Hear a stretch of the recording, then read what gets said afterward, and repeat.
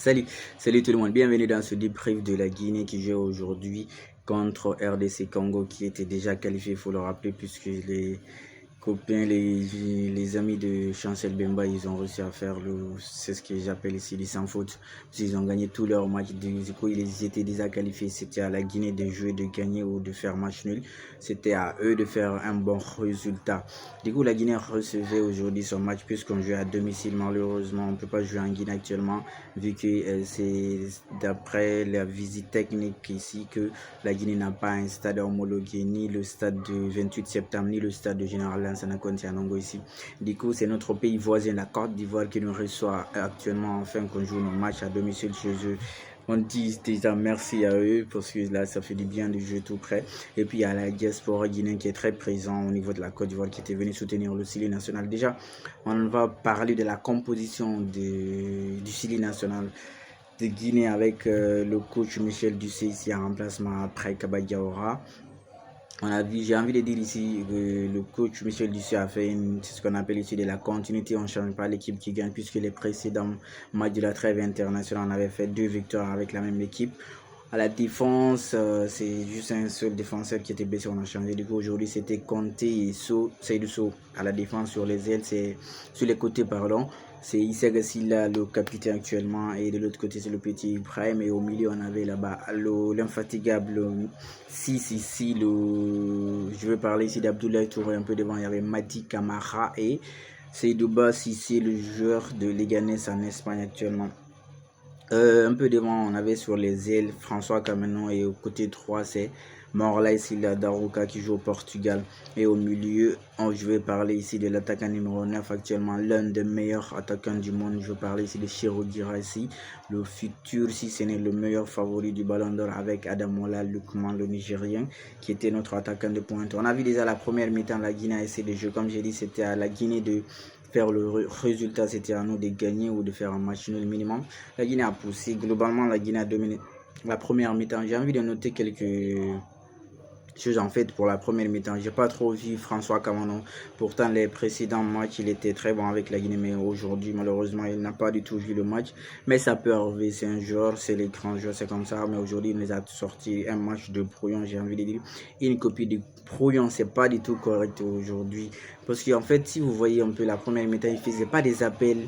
Quand s'il avait le ballon, il ne faisait pas ce qu'on appelle une proposition de solution. Si ton latéral au ballon, tu es l'ailier, soit tu fais des appels ou bien tu passes derrière son dos, tu fais des contre-appels. Mais non, je fais pas ça. Il est mouf, il rentre dans le jeu ou bien il colle pas la ligne. C'était pas du tout facile pour François Cameron. Il n'a pas insisté. Du coup, c'est pas pour rien. Après la deuxième mi-temps, il a été changé. Et première mi-temps, on a vu un Serhou Guirassy qui a essayé de forcer le plus souvent parce qu'il voulait un peu.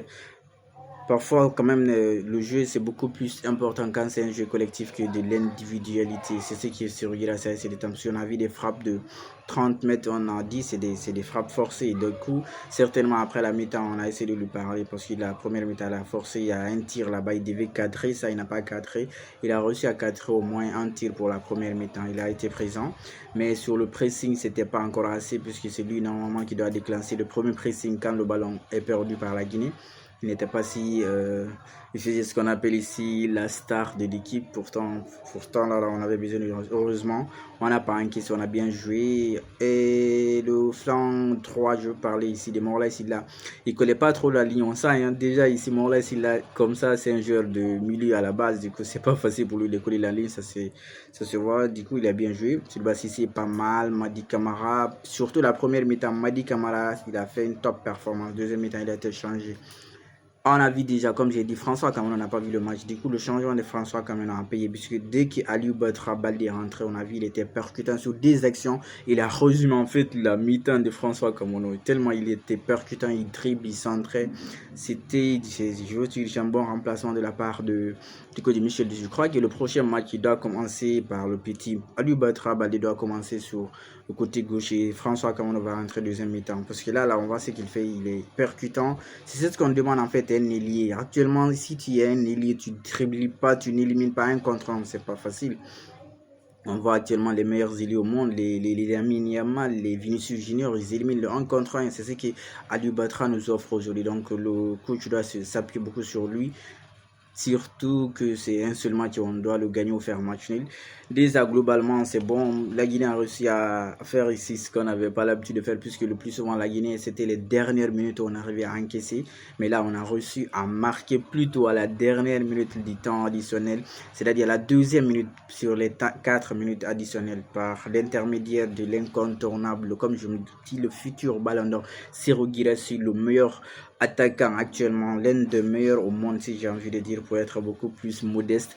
Il a marqué son 6e but des phases de qualification et il est le meilleur buteur de la qualification de la CAN 2025 avec 6 buts actuellement. Vous imaginez, RDC n'avait plus perdu depuis la CAN en Côte d'Ivoire et là aujourd'hui, nous on les a infligé une défaite. Je suis très content de la part des joueurs de la Guinée, ils ont bien joué, ils ont bien défendu. Globalement, là on va aller à la Tanzanie, le prochain match. Il faudra soit gagner ou faire un match nul minimum. En attendant, on se capte au prochain début, on s'abonne, on reste safe.